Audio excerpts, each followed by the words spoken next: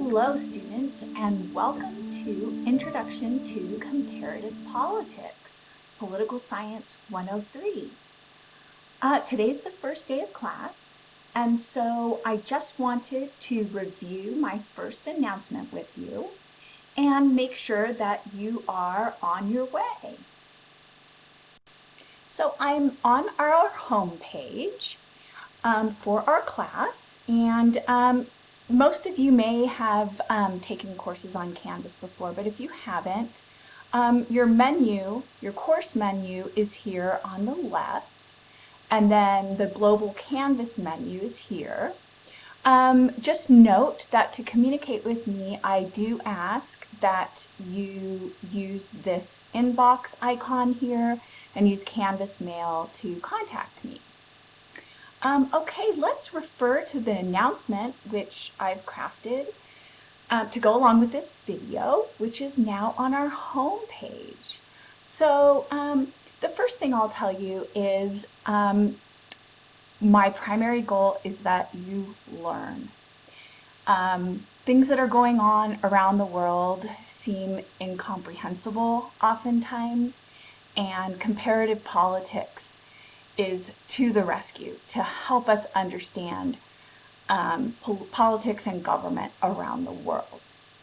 So to get started, let me first say, other than welcome, and the most important thing is learning, that this is, as you know, an 8-week course, so it's pretty accelerated in the sense that you'll be completing the work in half the amount of time. So just be aware of that. I will be teaching this course in a 16-week format in the fall if you find that this is just a little bit too much to fit in your personal schedule. So to start the work of the class, the first and most important thing that you'll be doing this week is giving me your introduction. And so that's right here. I need you to introduce yourself the first day of class, and there's a prompt that's pretty self-explanatory on that introduction. This is the only way I can really gauge attendance in an asynchronous online course. So if you could go ahead and get that done, that would be great. The second item you'll be doing in the early days of our course is make sure you read the syllabus. I will be offering a syllabus orientation within the first days, or if not the first day of class. So check your Canvas website for the time and your Zoom invitation to that. Reading the course syllabus, very critical. I like to think of the syllabus as, and maybe I'm too much of a political junkie, you'll find that that's true, but I think of the syllabus as our Constitution and a social contract. You'll be reading all about social contracts and constitutions in this class. If you're new to Canvas, another thing you might do is just navigate around the course. You will notice that, if you don't already know that, this is a zero-cost course, so there's not a textbook to purchase or any other materials to purchase. Everything will be available to you free of charge. And then finally, as we begin the semester, I think the best way to ensure that you're successful is have a look at the deadlines and due dates, and make sure that you are able to plan your schedule around the class, okay? If you do have any questions, please feel free to email me on Canvas Mail, or you can use the Student Cafe Q&A, and you'll find that all under Module 1. Let's go to Module 1 right now so I can take you through a walk of what you'll be doing this first week. So to get to the modules, and this is where I suggest you go every time you log into class, you'll see that on this course menu, I don't have discussions, assignments, or quizzes. I put everything in the modules. So for some people that can be a little confusing, but hopefully it won't be to you because I'm telling you to do the work of the course, always enter through modules. My first module is voting and election information. As a political scientist, civic participation is extremely important to me. So if you're not registered to vote and you think you might be eligible, you might check out that informational 1.0, which is right here. Informational 2.0 is some tips on navigating Canvas, online learning resources, student support services, and also a link to my website. And then what we really want to pay attention to is Module 1, which is here. So I mentioned earlier that the first thing you need to do in this class is introduce yourself. So there's a link right there.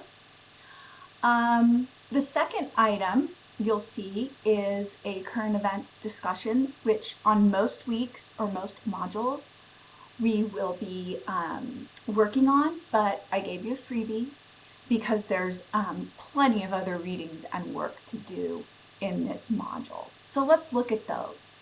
Under 1.1, I have your Module 1 readings. So for Module 1, your readings are, as I mentioned again earlier, the course syllabus and 2 textbook chapters. I've done my best to kind of divvy up the text as best I can. It's embedded, as I mentioned, it's free, and it's also embedded within Canvas, so you don't need to go somewhere else to read the textbook. But as I was saying, I did my best to divvy up the chapters in a reasonable way. Some modules or weeks are going to have 2 chapters. This happens to be one of them. Not that I'm trying to scare anybody away, but those 2 chapters, honestly, they really go together. And so do your best with that. So let's just go through here with the syllabus. Read the syllabus, attend my syllabus orientation if you can. If you can't, I'll have a video. And then go ahead and take this syllabus quiz. And then chapters 1 and 2 are embedded here. The first chapter is Why Study Comparative Politics. There's a lot of discussion in that chapter on political science as a field, as a discipline. I think you can be safe to skim through that.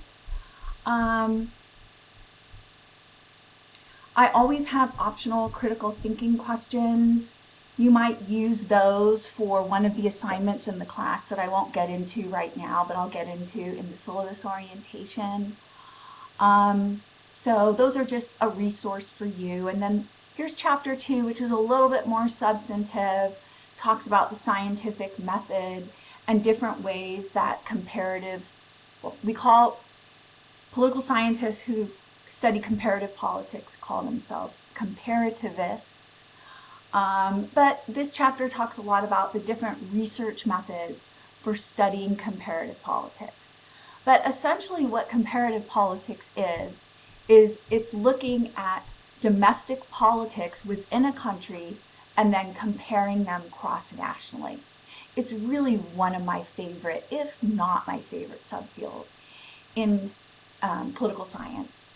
And when I took political science 103 or comparative politics many, many, many years ago, that was actually the class that convinced me to be a poli-sci major. So maybe it will do the same for you. And that's it with Module 1. If I've missed anything, please feel free again to email me anytime. Welcome to class, everyone.